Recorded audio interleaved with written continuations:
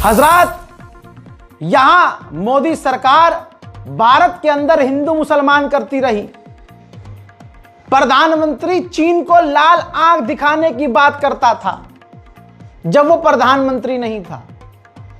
सारी ताकत मुसलमानों के खिलाफ लगा दी और आज लाल आंख खुद की फुड़वा ली।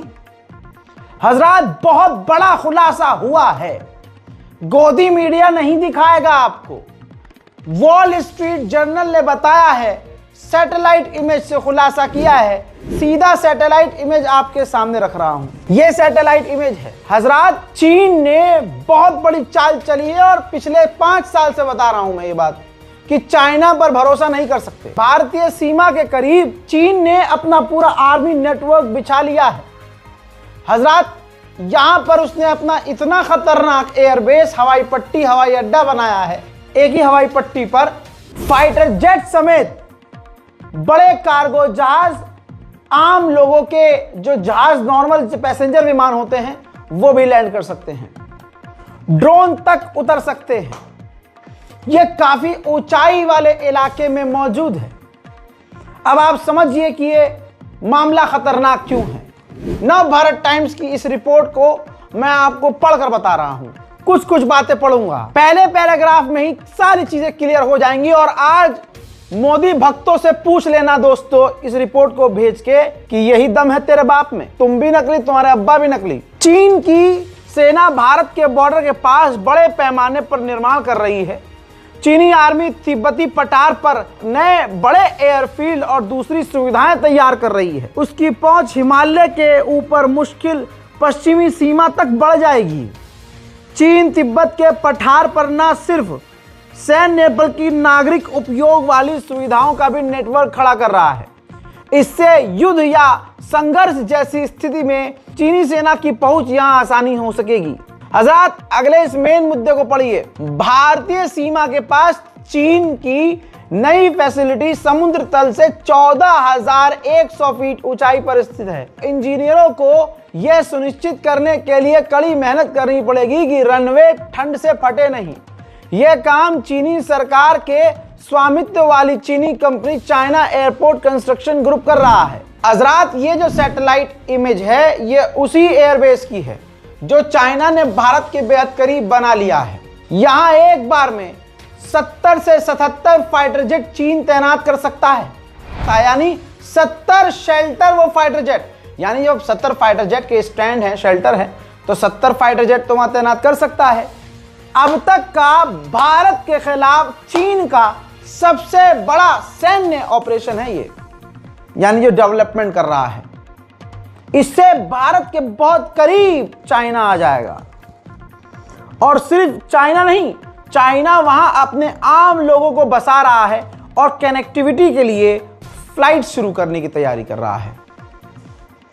सलाम, नमस्ते, सत श्री अकाल। मैं हूं रजा और आप देख रहे हैं रजाग्राफी अनस्क्रिप्टेड का अंतरराष्ट्रीय प्राइम टाइम शो। एक वीडियो के अंदर पूरी दुनिया की तमाम बड़ी खबर आपके सामने। आप समझ रहे हैं ना, ये जो मोदी भक्त हैं ये तो ऐसे हैं। अब इनसे क्या कहें जो आदमी ये कह रहा है। अब मोदी के चाहने वाले अब ये खुला कह रहे हैं कि चाहे मोदी जी मेरी मार लें लेकिन हम तो मोदी को वोट देंगे। मोदी मेरी मैं वोट मोदी दूंगा। जी हाँ, शौक मत होइए, ये है औकात मोदी के भक्तों की, मोदी भक्तों की, अंध भक्तों की। उधर चाइना के आगे जितना मोदी जी लेट रहे हैं, चाइना उतना ही छाती पर चढ़ रहा है।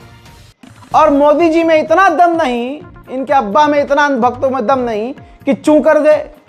भाई साहब, अरुणाचल प्रदेश को अपना कह दिया चीन ने।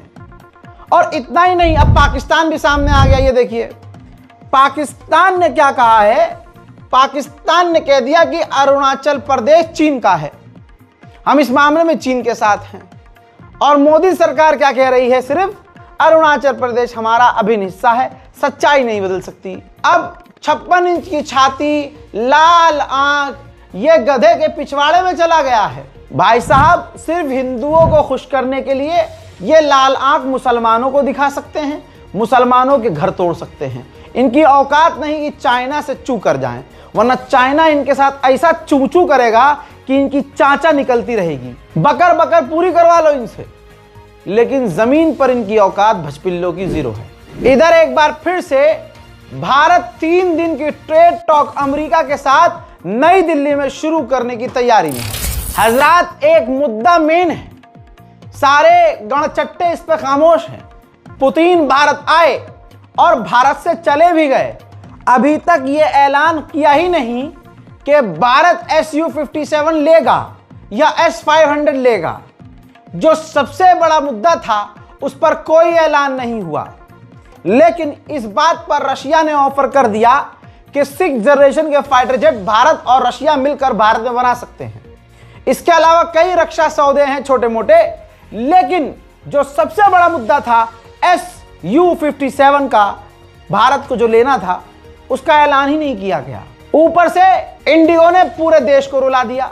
देश भर की उड़ानें रद्द हो रही हैं। कोई मोदी से सवाल कर ले तो अंधभक्त पगला जा रहे हैं कि अजी मोदी जी चाहे मेरी मार ले, मैं तो मोदी का ही दबाऊंगा बटन। ये हालात हैं। उधर फ्रांस ने बड़ा खुलासा किया कि भारत ने हमारा लेटेस्ट मॉडल जो राफेल है, राफेल F5, उसमें इंटरेस्ट जताया है। राफेल हमारे लिए बेहतरीन साबित हो सकता है, F5 मॉडल हमारे लिए ज्यादा बेहतर साबित हो सकता है, क्योंकि ये F5 परमाणु बम ले जाने में सक्षम है। उधर अफगानिस्तान और पाकिस्तान के बीच दोबारा से गोलीबारी हुई है। सीज फायर का क्या ही मतलब है, ये समझ से परे है, लेकिन गोलीबारी तड़ातड़ हो रही है।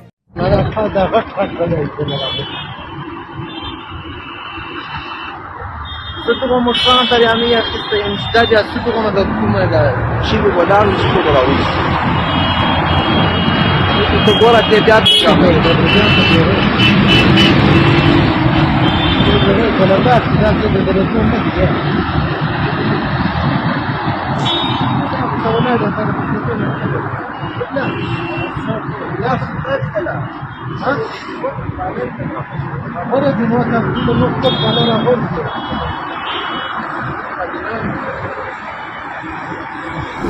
अब इस गोलीबारी के बाद पाकिस्तान ने कहा है कि हमने 9 टीटीपी के आतंकवादियों को मारा है, और तालिबान ने कहा है कि पाकिस्तान के आतंकी हमले में हमारे 4 सिविलियन मारे गए हैं। उधर दोस्तों, तालिबान इस वक्त भड़का हुआ है।